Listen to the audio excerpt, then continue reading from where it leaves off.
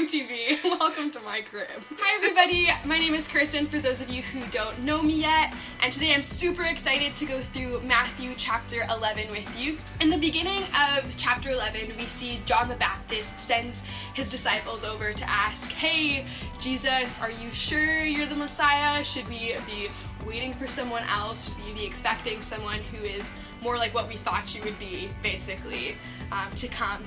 And Jesus is so gracious in his response to John, but he also definitely clarifies that he is the Messiah. When Jory talked about chapter 2, she mentioned this idea of expectations, and Jesus was not at all what the people were expecting when they thought of the coming Messiah.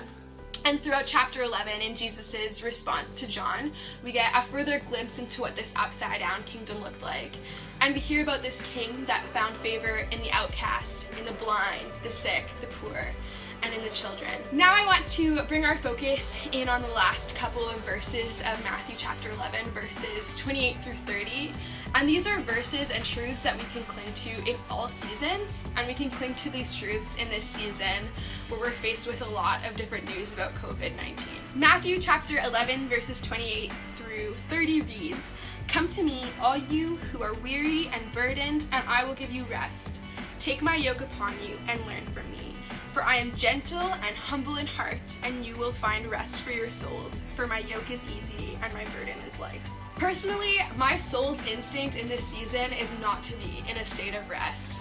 I, probably like you, have a lot of questions about what's coming next, when am I going to be able to see my loved ones, what's going to happen with work or school, and it's really easy to get caught up in these things. We are told that when we come to Jesus, he will bring rest to those who are feeling burdened and weary. And we read that his yoke is easy. And for those of you who might not know what a yoke is, it's basically this wooden unit that holds together or binds together two animals. And when we yoke ourselves to anything that is not Jesus, we will find ourselves feeling burdened and weary.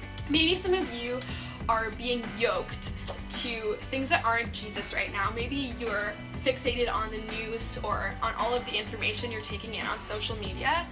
And I personally was wrestling with that as well and feeling really burdened by it. And there's so much worry that's being fed to us. And I want to challenge you to instead yoke yourselves to Jesus. When we come to Jesus, we find rest and peace for our souls, and that's a promise that we can cling to. So I want to encourage you to think about the things that you might be yoking yourself to that are not Jesus, that might be making you feel heavy and burdened and weary.